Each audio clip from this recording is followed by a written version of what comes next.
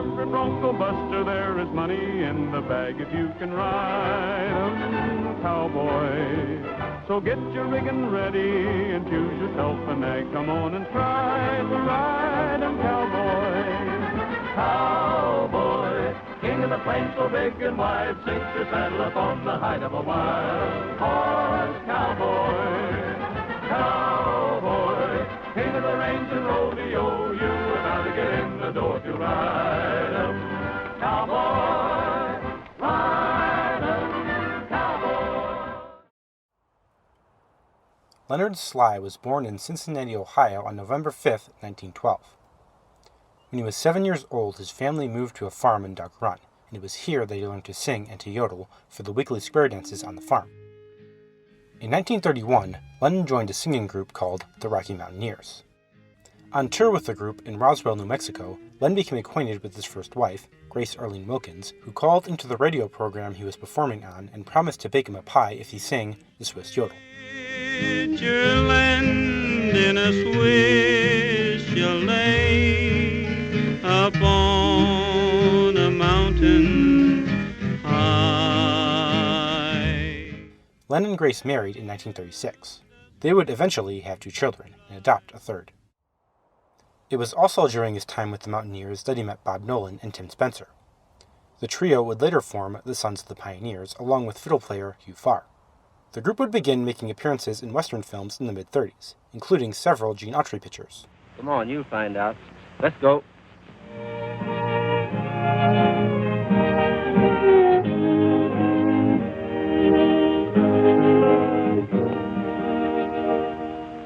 Silent trails, are you lonely where you are?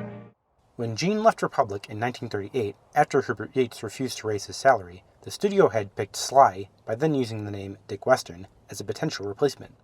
He signed on for a series with the Autry production unit for $75 a week, and changed his name to Roy Rogers. Watching the moon. His first film, like Tumbling Tumbleweeds, was directed by Joseph Kane, and featured Smiley Burnette as a comic sidekick. Roy was offered a choice between 5 different horses for this film, and he chose a Palomino named Golden Cloud, who he renamed Trigger. Trigger had first appeared as the mount of Maid Marian in The Adventures of Robin Hood earlier the same year. The horse would eventually learn to respond to over 100 different cues, and could walk 50 feet on his hind legs. He could also cover himself with a blanket, sit in a chair, and sign an X with a pencil. Smile. Big. Did you teach him politeness, too? I didn't have to. He's just naturally a gentleman. Oh. Well, you'd better take lessons from Trigger. As we've seen, Autry's absence from Republic didn't last long. Nonetheless, the studio kept Rogers on, and Joseph Kane was assigned as the producer and director for his series. Kane would eventually produce and direct 42 consecutive Roy Rogers westerns. Senor! Oh.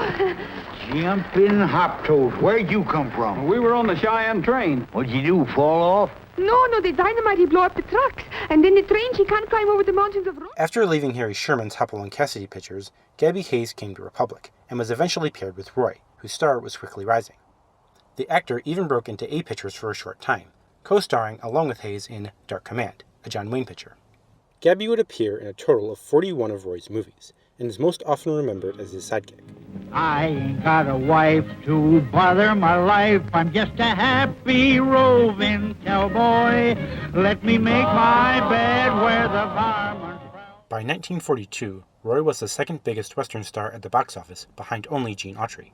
Gene's departure from Hollywood when he joined the Air Force that same year allowed Roy to attain the #1 spot, and Republic began to promote the young star in Gene's absence. He would remain at the top of the Motion Picture Herald's top 10 money-making Western stars poll until the release of his last picture in 1951. Just a spending my time, I'm just a happy roving cowboy.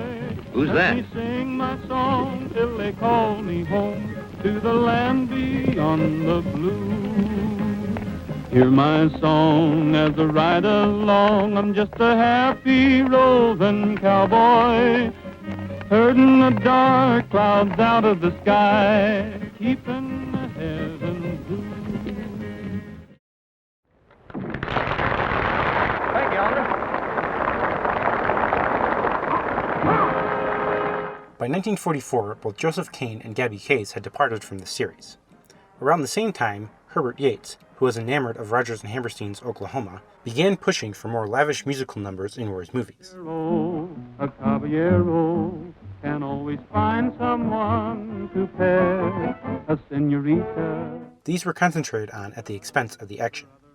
Around the same time, Roy began wearing the rather ostentatious costumes that he became famous for. Ranger, there's courage in the beat of your faithful Mustang's feet. One of the films made during this period was The Cowboy and the Senorita, which was the first to feature Dale Evans as Roy's leading lady. I just told her firmly that she'll not be allowed to leave the ranch again until the mine is sold. Then you started running. Well, what would you have done? I'd have held my ground and tried to reason with her. She's beyond reasoning. She's now staging a sit-down strike.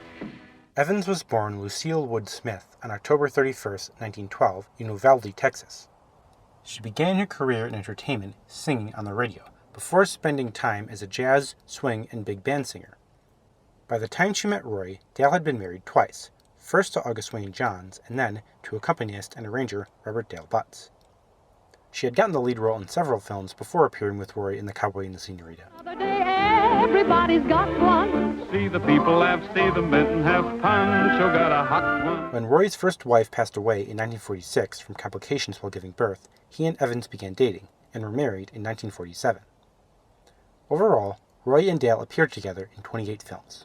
Well, hello there. I met you. I'm sorry.